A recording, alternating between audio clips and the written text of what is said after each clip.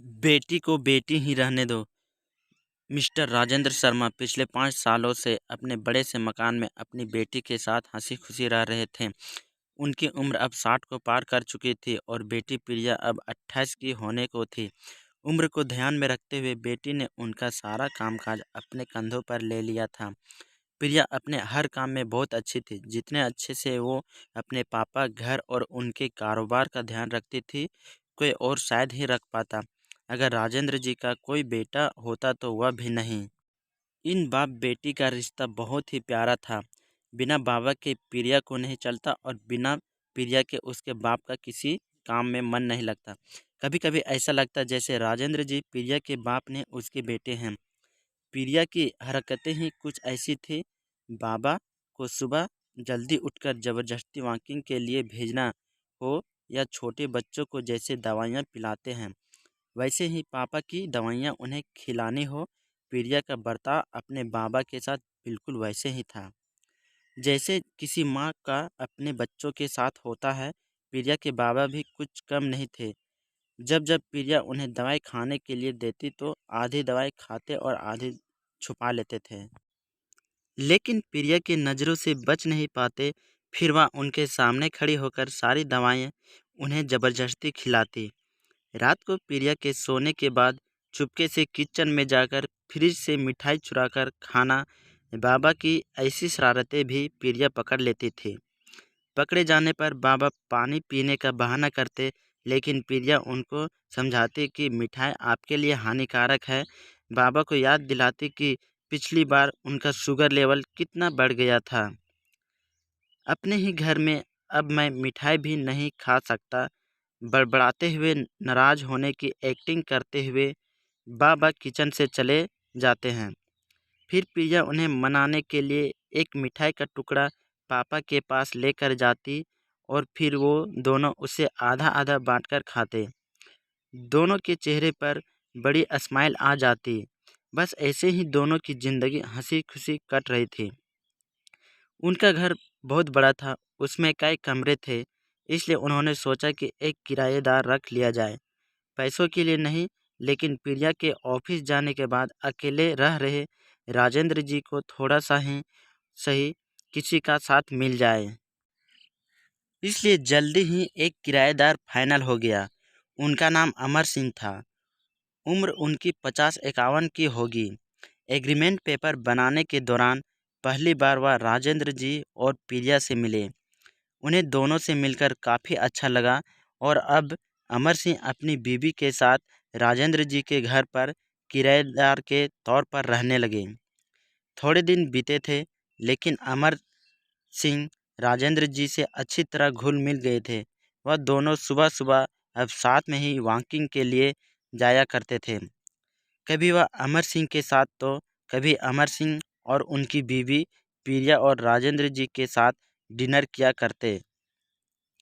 एक सुबह जॉगिंग के दौरान अमर सिंह ने कहा कि आप और प्रिया अकेले ही रहते हैं, आपको तो काफ़ी कुछ मैनेज करना पड़ता होगा।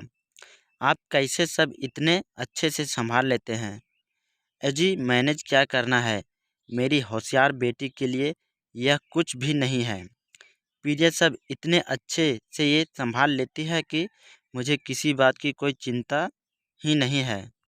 राजेंद्र जी ने मुस्कुराते हुए कहा, हाँ वह तो ठीक है, लेकिन जब प्रिया ससुराल चली जाएगी तब आपके लिए यह सब मैनेज करना बड़ा मुश्किल हो जाएगा।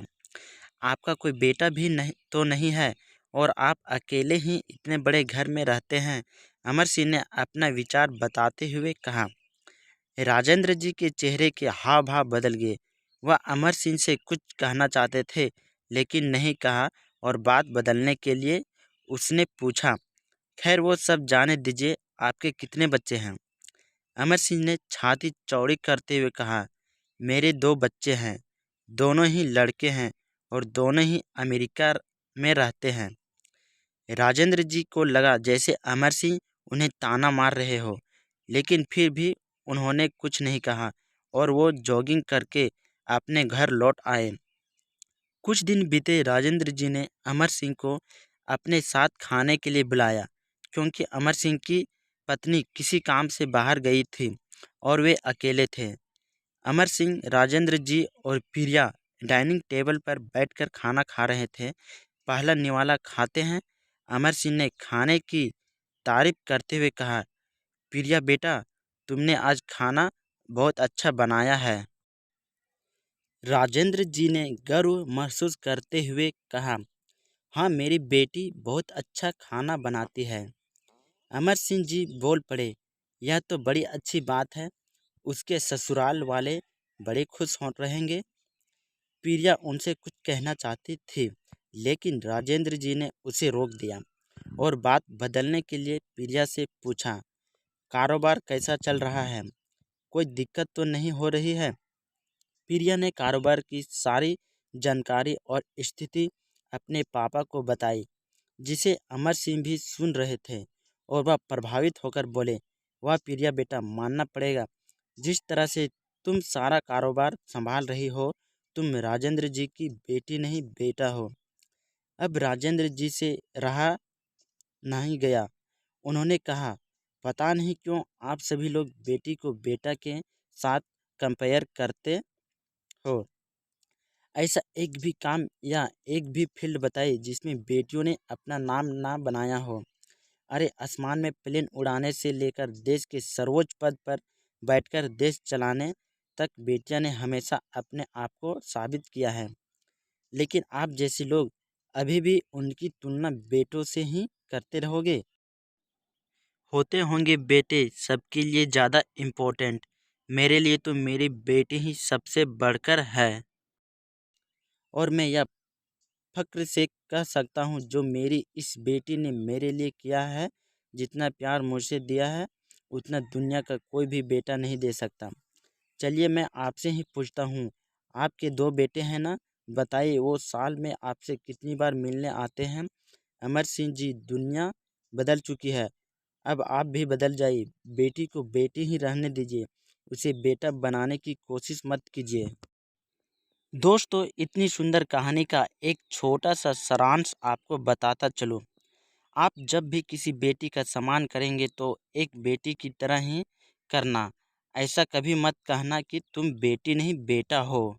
दोस्तों, अगर ये आपको बाप बेटी की कहानी अच्छी लगी होगी तो मेरे इस चैनल को लाइक एंड सब्सक्राइब करें। धन्यवाद।